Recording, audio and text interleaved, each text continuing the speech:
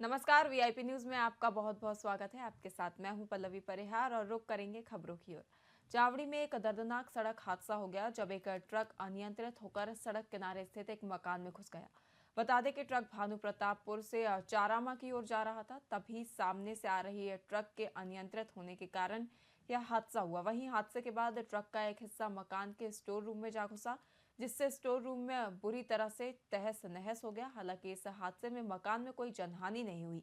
Truck का चालक वाहन में फंस गया था, लेकिन मौके पर पहुंची राहत टीम ने कटर की मदद से ट्रक के कैबिन को काटकर चालक को सुरक्षित बाहर निकाल लिया। वहीं हादसे में चालक को कोई गंभीर चोट नहीं आई है, वहीं वह पूरी तरह से सुरक्षित है। इसी के साथ पुलिस और प्रशासनिक अधिकारियों ने मौके पर पहुंचकर स्थिति का जायजा लिया और ट्रक को हटाने का काम शुरू कर दिया गया है।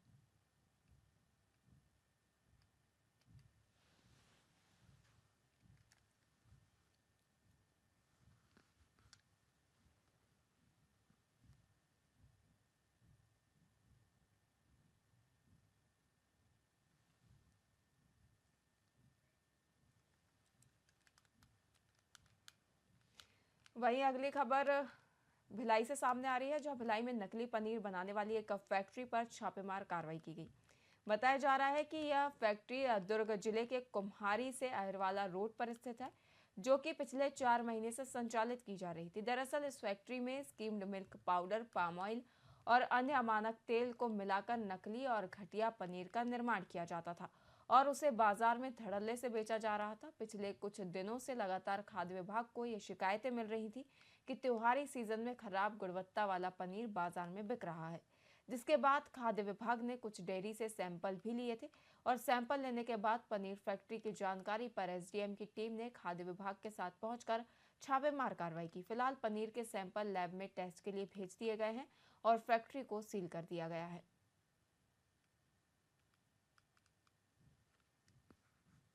भिलाई 3 एसडीएम श्री महेश राजपूत सर के द्वारा दूरभाष से प्राप्त सूचना के आधार पर हम खाद्य औषधि प्रशासन तुर्क की टीम की ओर से यहाँ मौके पर उपस्थित हुए हैं, जहाँ पे पनीर निर्माण कर विक्रय किया जाना प्रतीत हो रहा है। प्रथम दृष्टया इसमें निर्माण की काम देखने वाले व्यक्ति श्री अतुल शुक्ला द्वारा बताया गया कि यहाँ पनीर निर्माण कर विक्रय कीजिए। कुछ कुछ चीज़ें यहाँ पे नकली होना प्रतीत हो रहा है। तेल और पाउडर जो कि पाया गया, जिसके द्वारा निर्मित पनीर का नमूना लेकर जांच हेतु प्रयोगशाला भेजा जा रहा है, जहां से जांच रिपोर्ट प्राप्ति के उपरांत आगे कार्रवाई की जाएगी। कल रात को मीडिया के माध्यम से जो है सूचना प्राप्त हुई थी कि कुमारी स्थित जो ढाका फैक्ट्री है, वहाँ पर कुछ लोगों के द्वारा जो है नकली पनीर बनाया जा रहा है। तो सूचना मिलने के बाद जो है दल के साथ उपस्थित हुए थे। रात को मौका निरीक्षण किया। मौका निरीक्षण के बाद प्रथम दृष्टया जो है अमानक स्तर का प्रतीत होने के कारण से इसकी सप्लाई मार्केट में ना हो पाई, इस उद्देश्य से जो है इसको सील किया गया था। अभी फूड सेफ्टी के अधिकारी आए हुए हैं, जो इस पर कार्रवाई विधिवत जारी कर दिए हैं। भिलाई 3 एसडीएम श्री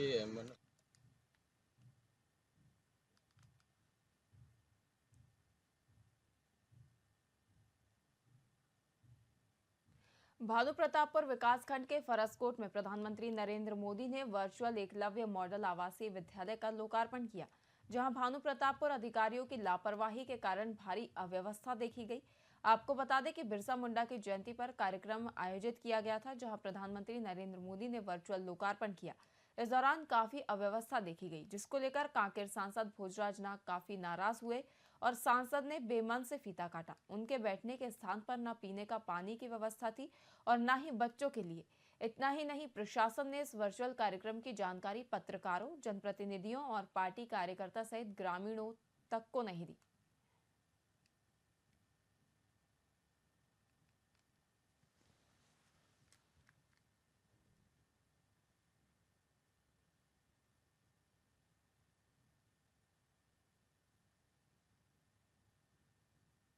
सांसद आए तो ये बोले कि मूलभूत सुविधा की मैंने यहाँ पे व्यवस्था नहीं है और आप लोग यहाँ का उद्घाटन वगैरह कर रहे हैं। बिजली का व्यवस्था नहीं है, पानी का व्यवस्था नहीं है। मैं जिस टेबल पे बैठा था वहाँ पे एक बाटल पानी नहीं रखाया गया है। तो ऐसे हालत में आप लोग उद्घाटन वगैरह करा रहे हैं। बहुत पेचीदा वर्क हो रहा है आपका, ये बहुत हड़बड़ी और जल्दबाजी में कर रहा है। था तो ऐसे व्यवस्था बदहाल था और हम लोग के हिसाब से हम भी इतना बड़ा मंत्री जी का जो सौगात दिए हैं यहाँ प्रधानमंत्री जी, आवासीय एकलव्य विद्यालय, जिसमें आसपास के क्षेत्रों के जो भी आदिवासी बच्चे उनको अच्छा शिक्षा मिले, ऐसा इस उद्देश्य से हम यहाँ पे आज उनका उद्घाटन है वर्चुअल बोल के आए थे। लेकिन देखे तो यहाँ पे पानी की व्यवस्था नहीं, न चाय की व्यवस्था नहीं, न किसी को नाश्ता के लिए कोई व्यवस्था नहीं, न किसी को पूछ नहीं रहे। छोटे छोटे गांव के बच्चे भी आए हैं, वो भी भूखे हैं। इस प्रकार के आधा अधूरा व्यवस्था है। सांसद आए तो भी ये बोले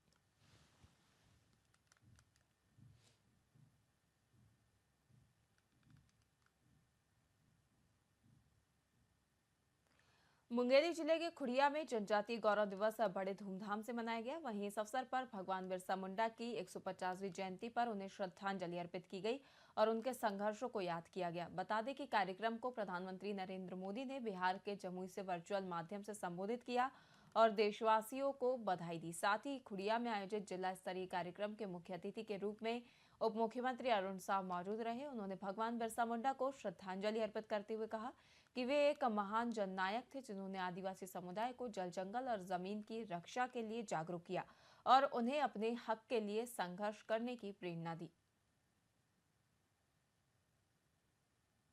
भगवान बिरसा मुंडा की जन्म जयंती प्रधानमंत्री माननीय नरेंद्र मोदी जी ने भगवान बिरसा मुंडा की जन्म जयंती 15 नवंबर को राष्ट्रीय जनजाति गौरव दिवस के रूप में मनाने का निर्णय किया और हमारी सरकार विष्णुदेव साय जी के नेतृत्व में आज प्रदेश के सभी जिलों में विश्व जनजाति गौरव दिवस के रूप में भगवान बिरसा मुंडा की जयंती को हमने मनाया है। खुड़िया में मुंगेली जिले का यह कार्यक्रम आयोजित हुआ। अलग अलग विभागों के स्टॉल लगे हैं, आयुष्मान कार्ड बन रहे हैं, आधार कार्ड बन रहे हैं, सरकार की अलग अलग योजनाओं का लाभ लोगों को मिले और आदिवासी समाज के प्रतिभाशाली लोगों का सम्मान भी हमने किया है। भगवान बिरसा मुंडा की जन्म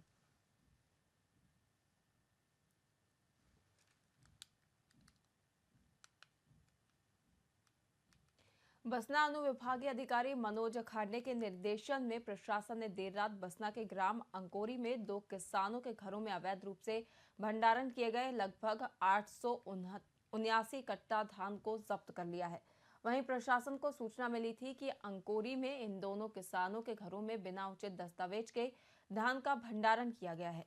इसके बाद राजस्व टीम ने छापामार कार्रवाई की और जब दस्तावेजों की मांग की गई तो किसान उन्हें प्रस्तुत करने में असमर्थ रहे। कल जानकारी जैसे ही मेरे को मिला, उसके आधार पे मैं अपने टीम के साथ में वहाँ जाके अंकोरी में जांच किया तो गजेंद्र विशाल के घर से 479 कट्टा बरामद हुआ धान। और सेम वहाँ जाके क्या बोलते हैं कि जबकि हाँ बस्ती के अंदर में चेक किया, वहाँ जाके 400 कट्टा धान पकड़ में आया और सेम दोनों बोरी सेम बोरी था।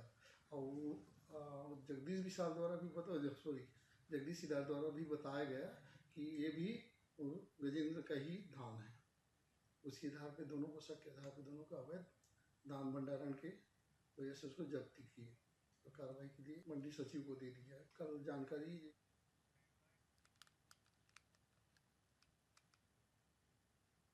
छत्तीसगढ़ में नई औद्योगिक नीति को लेकर उप मुख्यमंत्री अरुण साव ने पत्रकारों से बातचीत की और इसे प्रदेश के लिए लाभकारी बताया। वहीं उन्होंने कहा कि नई औद्योगिक नीति 2024 से 2030 तक प्रदेश भर के विकास के लिए महत्वपूर्ण कदम साबित होगी। खासकर अनुसूचित जाति, जनजाति और प्रदेश के युवाओं के लिए इस नीति से बड़े फायदे की संभावना है। वहीं अरुण साव ने यह भी बताया कि इस नीति को उद्योग मंत्री लखनलाल देवांगन के नेतृत्व में तैयार किया गया है और अधिकारियों ने इसे ओपन बनाने के लिए कड़ी मेहनत की है। वहीं उनका कहना था कि इस नीति से प्रदेश में निवेश बढ़ेगा और रोजगार के नए अवसर पैदा होंगे।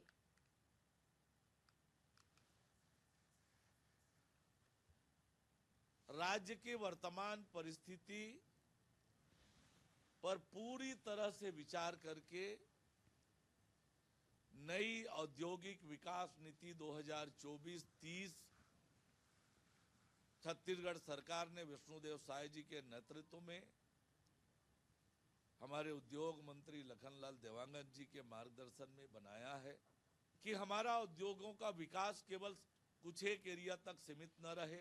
अनुसूचित जाति, जनजाति, पिछड़ा वर्ग, गरीब, गांव के लोगों का शोषण लगातार होता रहा और आज कांग्रेस के नेता इस प्रकार से बात करते हैं,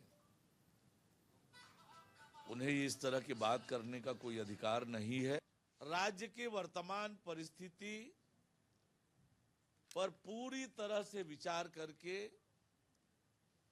नई औद्योगिक विकास नीति 2024-30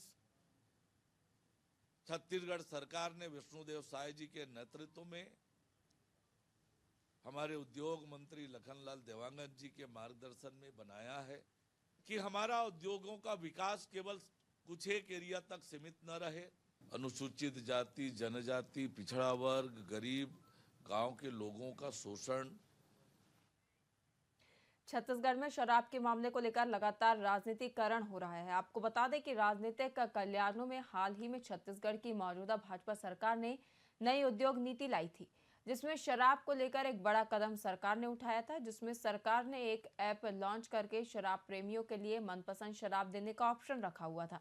इसे लेकर कांग्रेस पार्टी काफी आक्रामक नजर आ रही है। पीसीसी अध्यक्ष दीपक बैज ने नई उद्योग नीति का विरोध करते हुए कहा कि शराबबंदी को लेकर 15 साल तक भाजपा की सरकार ने विभिन्न मॉडल बनाए और विभिन्न राज्यों का भ्रमण भी किया, लेकिन शराबबंदी नहीं कर पाए। मौजूद शराब नीति को लेकर उन्होंने कहा कि सरकार अब शराब पिलाने के लिए ऐप लॉन्च कर रही है, क्योंकि यह भी मोदी गारंटी में आता है।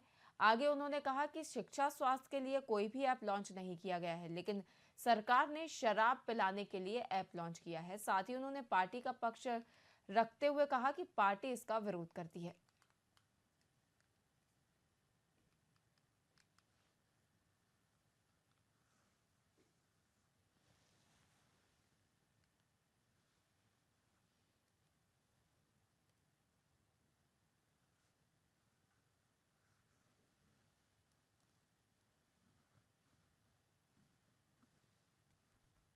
देखिए, जिस तरह से शराब को लेकर पूरे प्रदेश में सरकार के खिलाफ आक्रोश है, क्योंकि जिस तरह से सरकार अपनी योजनाओं को पूर्ति के लिए, और सरकार के पास पैसा है ही नहीं, और दारू का रेट, शराब का रेट बढ़ाकर उनका ऐप लॉन्च कर इस तरह से जनता को लूटने का काम कर रही है। आखिर सरकार हर योजनाओं का लॉन्च केंद्र के बड़े नेता या प्रधानमंत्री से लॉन्च कराते हैं। क्या ये शराब का ऐप भी प्रधानमंत्री से लॉन्च कराएंगे क्या? मैं पूछना चाहता हूं भारतीय जनता पार्टी के नेताओं से, सरकार से, पहला चीज। दूसरा, और क्या मोदी की गारंटी को पूरा करने के लिए क्या शराब का ऐप बनाकर क्या ये भी शराब पिलाने का छत्तीसगढ़ की जनता को गली गली, मोहल्ले मोहल्ले, हर पानटेला में, हर होटल, ढाबों में, रेस्टोरेंट में, क्या ये भी शराब पिलाने की गारंटी है क्या? कांग्रेस सरकार पर आदिवासी समाज के उत्पीड़न और उनके अधिकारों के हनन का आरोप लगाते हुए भाजपा नेता ने कहा कि कांग्रेस ने कभी भी आदिवासियों का सम्मान नहीं किया और उनका हक छीनने का काम किया है। वहीं भाजपा नेता ने आरोप लगाया कि कांग्रेस के शासनकाल में आदिवासी समाज को हमेशा अनदेखा किया गया, जबकि आज भाजपा सरकार के तहत आदिवासियों के हक की रक्षा की जा रही है। उन्होंने कहा कि विष्णुदेव साय के नेतृत्व वाली भाजपा सरकार में जनजातीय गौरव दिवस मनाकर आदिवासी समाज का सम्मान बढ़ाया जा रहा है। विष्णुदेव साय की सरकार में जनजातीय गौरव दिवस के रूप में आज आदिवासियों का सम्मान हो रहा है, जो कांग्रेस के शासनकाल में कभी भी आदिवासियों का सम्मान नहीं हुआ। भूपेश सरकार में आदिवासियों के हक एवं अधिकार, रोजी रोटी सहित उनका आरक्षण भी छीन लिया गया था। हमारे देश के यशस्वी प्रधानमंत्री श्री नरेंद्र मोदी जी ने आदिवासियों के गौरवशाली इतिहास को सामने लाने के लिए अथक प्रयास किए। वहीं 70 सालों से कांग्रेस की सरकार ने हमेशा आदिवासियों के गौरवशाली इतिहास को छुपाने का काम किया, दबाने का काम किया। लेकिन आज हमारे देश के यशस्वी प्रधानमंत्री श्री नरेंद्र मोदी जी ने पूरे देश के कोने कोने से आदिवासी गौरवशाली नायकों को खोजकर उनका सम्मान कर रहे हैं। ये आदिवासियों के लिए खुशी की बात है। विष्णुदेव साय की सरकार में जनजाति गौरव दिवस के रूप में आज आदिवासियों का सम्मान हो रहा है। जो कांग्रेस के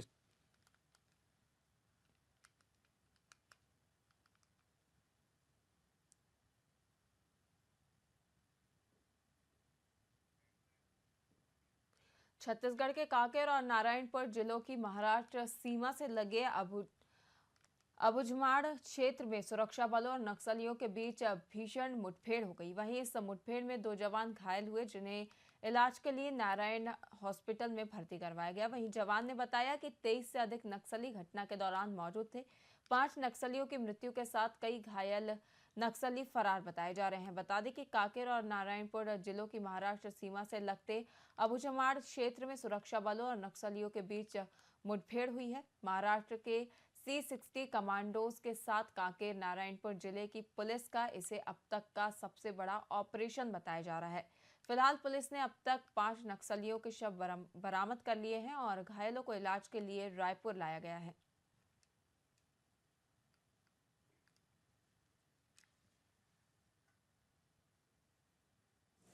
दोनों जवान अच्छे हैं। एक हिरमन यादव है जिसको गोली लगी है थाई में, राइट थाई में लगी है और बाहर तरफ से लग के अंदर तरफ से निकल भी गई है और दूसरी थाई को भी टच करते हुए गई है। उसका भी ऑपरेशन करेंगे। ऐसे लाइफ थ्रेटनिंग तो नहीं है। और दूसरा जो एक गावड़े करके है, खिलेश्वर गावड़े, उसके भी माथे पे चोट लगी है, कट गया है, शायद पत्थर से उसको लगा है। वो ठीक से बता नहीं पा रहा है उसको चोट कैसे लगी है, गोली से लगी है, पत्थर से लगी है कि फ्लोर जमीन पर गिर गया है। बाकी उसको स्मॉल NW है, CT स्कैन ब्रेन का हो रहा है, जो भी उम्मीद है कि नॉर्मल ही आएगा। दोनों जवान की हालत स्थिर है और खतरे से बाहर। दोनों जवान अच्छे हैं। एक हिरमन यादव है जिसको गोली लगी है थाई में। पुलिस महानिरीक्षक अमरेश मिश्रा के दिशा निर्देश पर और वरिष्ठ पुलिस अधीक्षक संतोष सिंह के मार्गदर्शन में पुलिस ने विधानसभा क्षेत्र में जुआ खेलने की सूचना पर कार्रवाई की है। बता दें कि पुलिस अधीक्षक कीर्तन राठौर और नगर पुलिस अधीक्षक नंदन नायक के नेतृत्व में एक टीम तैयार की गई, जिसने जुआ खेल रहे अपराधियों को गिरफ्तार करने में सफलता हासिल की है। जिसके बाद पुलिस ने जानकारी मिलने पर तत्परता से घेराबंदी की और जुआ खेल रहे 5 आरोपियों को रंगे हाथों पकड़ा गया। फिलहाल के लिए खबरों में इतना ही। देखते रहिए VIP न्यूज़। नमस्कार।